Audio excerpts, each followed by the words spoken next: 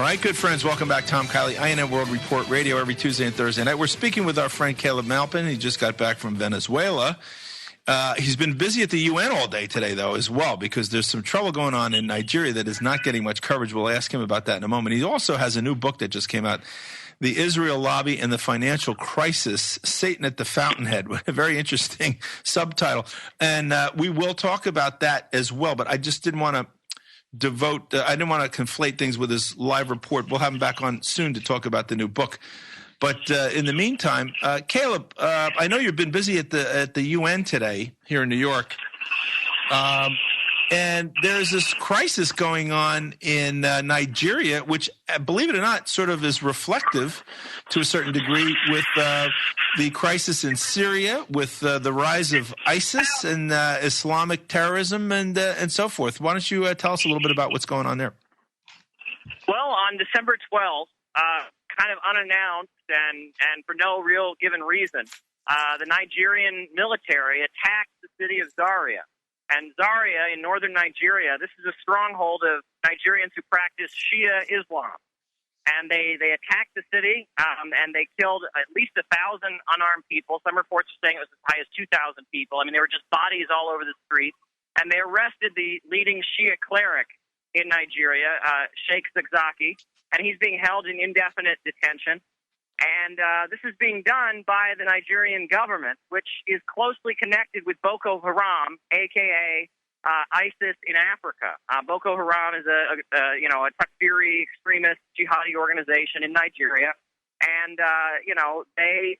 they have declared themselves since 2014 to be the African wing of ISIS. And one of their main opponents is Sheikh Zakzaki, who practices Shia Islam. And so on December 12th, the Nigerian army went into the town where he was living, killed 1,000 people, and has grabbed him and held him in detention ever since. And this is a clear, I mean, if you look at the UN rules about, religious persecution and the rights of national minorities and the targeting and targeted killings, I mean, this is a clear violation of international law. But all day I've been going from UN official to UN official trying to get a statement about it. And all they will say is, oh, it's a very unfortunate incident. We don't know much about it. We're looking into it. We're monitoring the situation. We have nothing to say at this time. It's quite an interesting situation. The only international media that's covering it is Press TV and Russia Today. The mainstream media is just kind of pretending that this isn't happening, that one of the leading opponents of ISIS in Africa is being held indefinitely in detention. Well, this, a lot of people I don't think are aware, but this is part of what's playing out with ISIS over there in Iran and in Syria as well, Iraq and I should say in Syria. And what's going on apparently is that, for the longest time, the Sunni branch of Islam, in control of Mecca and Saudi Arabia, and with the support of, obviously, the support of the United States and Great Britain and so forth, has enjoyed a certain amount of power, let's just say. And then with the Iranian Revolution, this is the other main branch of Islam, the Shia faction, which is also, I think the majority of the people in Iraq are considered Shia Muslims and so forth.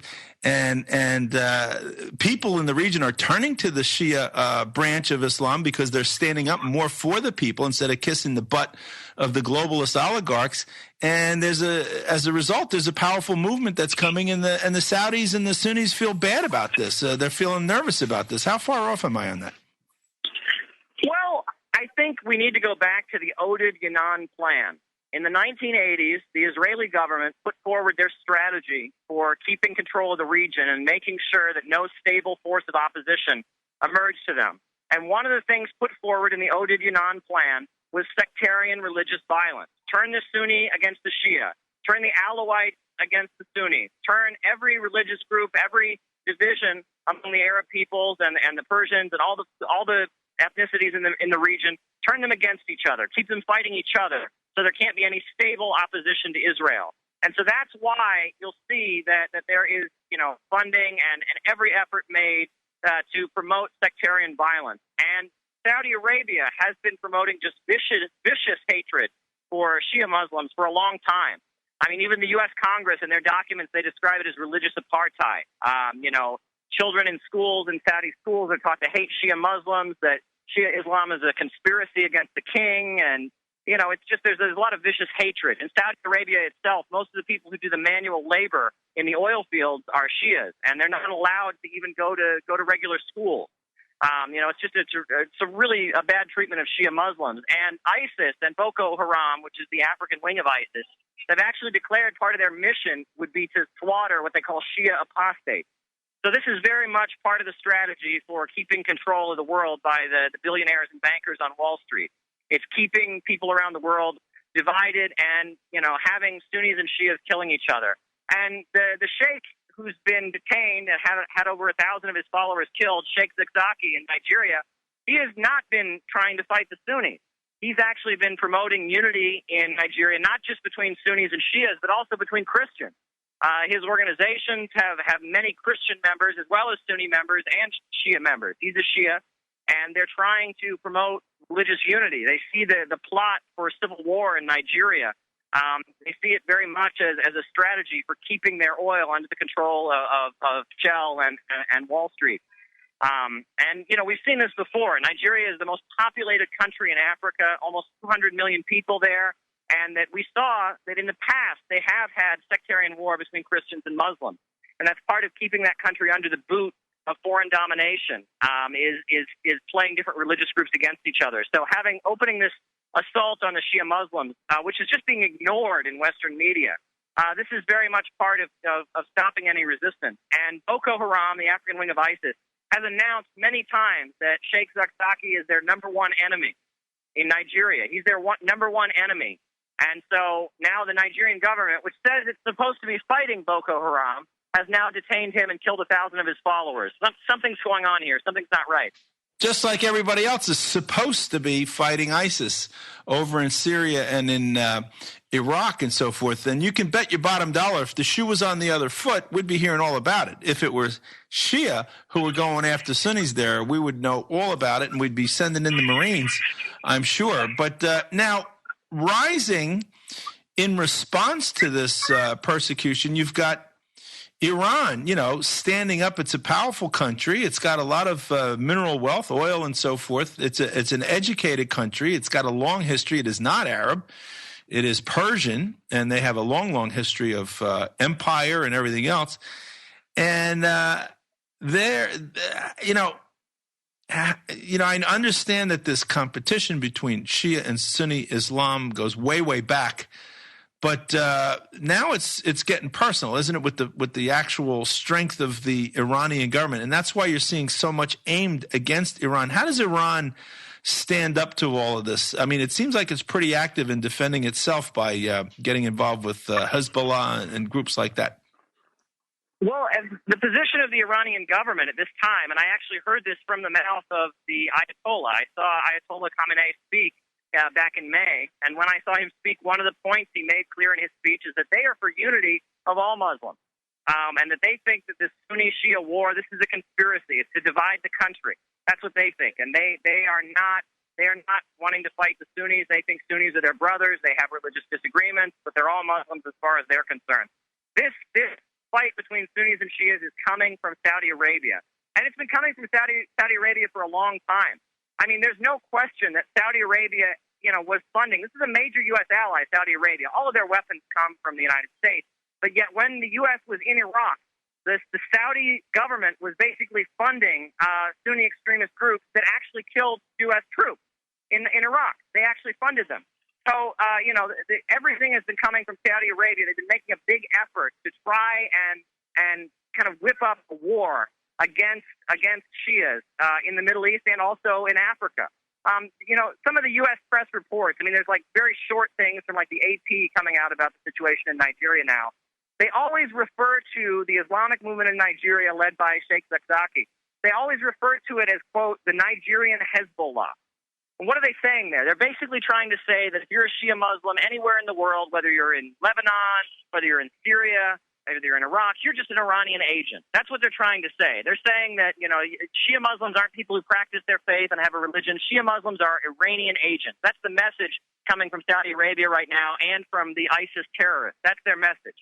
And it's a vulgar, hateful message. And I think that... Well, not only that, but it's one that the U.S. and Israel and Great Britain would be thrilled to have put out because Iran stood up to us and our imposition of the Shah on them, too, right? Well, precisely. And it's a way to silence that. And many people have pointed out that there are similarities between the Islamic movement in Nigeria and the forces that carried out the Islamic Revolution, one being that they think that the oil resources in Nigeria should be used for the people, just like we were talking about before with Venezuela, Wall Street, Shell Oil in the case of Nigeria, which Shell Oil, which is Dutch, and now it's mainly controlled by forces in the U.S., but it originated as a Dutch oil company. They have exclusive rights to Nigerian oil. And Nigeria is a very, very poor country. Most of the people there aren't even literate. I mean, the life expectancy, we're looking at something like the late 40s.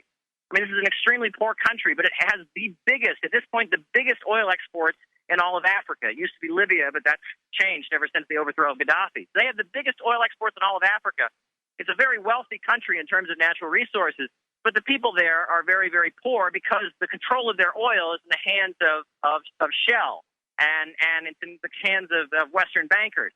And that's the issue. One of the things that Sheikh Zakzaki has been raising repeatedly is calling for nationalization of Nigerian oil and the use of that oil to develop a domestic economy. And so that's part of, it all ties together in here. All roads lead to Wall Street. They used to say all roads lead to Rome. Well, now in the age of financial global dictatorship, all roads lead to Wall Street, I think. And Rome needs oil, as the protest signs went in 2003 before the invasion of Iraq. Very, very interesting, because it seems in some ways rather similar to the situation in Iran in the early 50s, trying to get out from under the yoke of British petroleum and the British control and corruption of their economy by taking all the oil out at fire sale prices and so forth. And yet we have Royal Dutch Shell, the Dutch, it looks like, in there causing trouble in Nigeria. And they've been in Nigeria for a long time. I mean, they went as far as to execute a college professor in Nigeria because he gave a lecture criticizing them. And within 8 hours, the guy was arrested and then hanged for giving a lecture criticizing Shell Oil. When the U.S. media, when they describe Sheikh Zakzaki and they describe the Islamic movement in Nigeria, and when they describe it as a Nigerian Hezbollah, this isn't accurate because there's a key difference between Hezbollah and the Islamic movement in Nigeria. The difference being that the Islamic movement in Nigeria is not an armed movement. They don't have guns. They are not an armed movement. They are simply a religious movement. Well, they got worse than guns. They got the truth on their side. Hold on, Caleb. We're going to take a break, and then Joe Calhoun's going to join us as well. We'll be right back, Tom Kiley, just after this.